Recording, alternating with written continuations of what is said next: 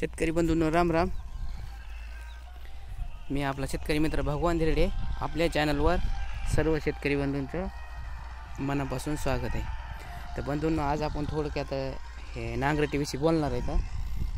तेच तुम्ही व्हिडिओ शेवटपर्यंत बघा, म्हणजे नेमकं मला काय सांगायचं आहे हे तुमच्या लक्षात येऊन जाईल। आता तुम्ही पाहू शकता, तर हे जे शेत आपण नांगरट केलेली का, हे शेतामध्ये ऊस होता। तर ऊसाचं पीक घेतलं बघा आपण 3 वर्षे, म्हणजे खोडवे किती घेतले, लागण 1 आणि 2 खोडवे।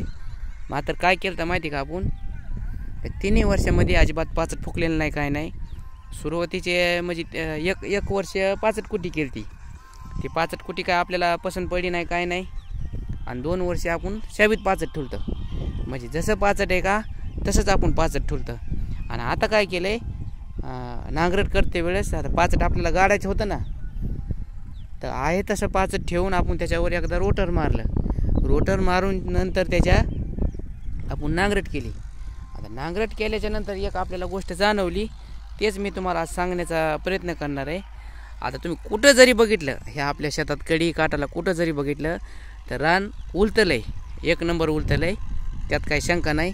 पण उलटल्याच्या नंतर अशा चिप्पा निघाल्या, चिप्पा म्हणजे अशा लगट चिप्पा निघून अशा पटा पटा पटा त्याने मुंडके खाली घातलेत, पडल्यात।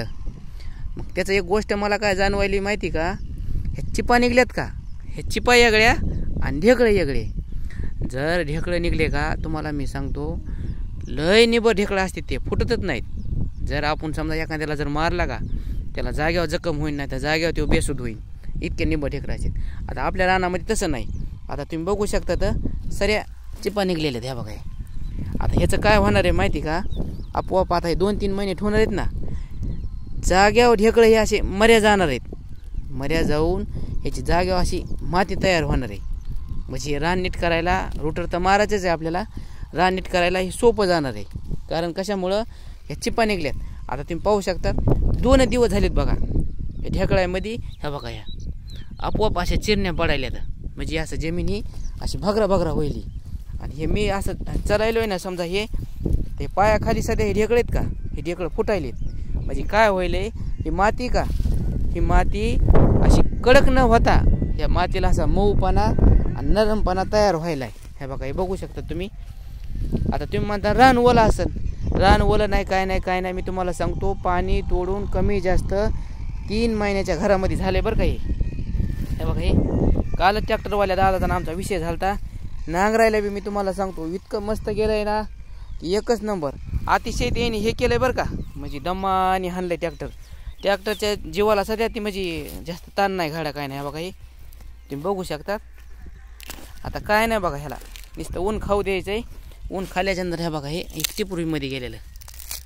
आता ही टिपरू बघा काय राहिलं ह्याच्यामध्ये, सर कुचकं झालं आहे, हे मधलं सर लाल झालं आहे आणि कुचकं होऊन हे पुढच्या आता 3-4 महिन्यामध्ये, आणि त्याच्या पुढं पाऊस एकदा पडून ओलं मावचीर झालं का, त्या पुढच्या 3-4 महिन्यामध्ये आपल्याला ऊस लावायला अजून 8-9 महिने जाणार आहेत। काहीच राहणार नाही, पिवळं रान आहे का, एकदम मोकळं रान होणार आहे हे। रान मोकळं होऊन सरी बी डायरेक्ट निघणार, त्यात काही शंका नाही। आणि पेरी बी चांगली दबणार, ह्या बघा हे। आणि तुम्हाला सांगायचं राहिलं एक गोष्ट, आपण काय केलेलं आहे माहिती का, लेवल केल्याच्या नंतर ह्या पट्टीमध्ये 100 घंटे ट्रॅक्टर चाललेलं आहे, 105 का काहीतरी घंटे चाललेलं आहे। लेवल करून त्याच्यामध्ये सोयाबीनचं पीक घेतलं। सोयाबीनचं पीक घेतल्याच्या नंतर आपण त्याच्यामध्ये तिरी मारून सरी मारून ऊसाची लागण केली। मात्र लेवल केल्याच्या नंतर आपल्याला पैसे वाचवायचे होते आणि खर्च कमी करायचा होता। तर लेवल केल्याच्या सध्या आपण नांगरट केली नव्हती बरं का, नांगरट आताच झाली, म्हणजे कमी जास्त 3 वर्षाच्या नंतर। तर ही नांगरटीची क्वालिटी ही बघा, तुम्ही बघू शकता।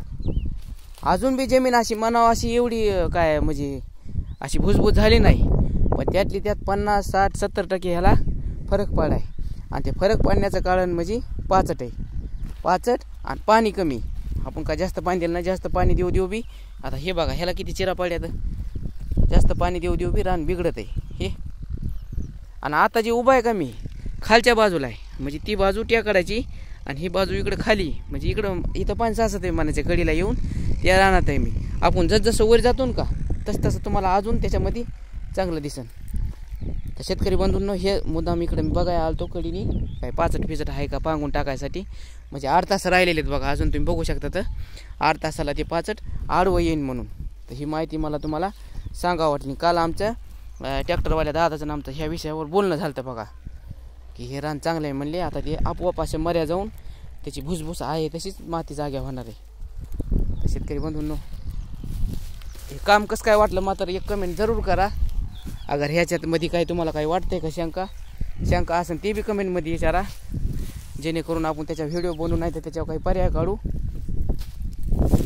मात्र व्हिडिओ बघितल्याबद्दल, संपूर्ण व्हिडिओ बघितल्याबद्दल धन्यवाद. लवकरच आपण असं काही ना काही माहिती घेऊन भेटत राहू.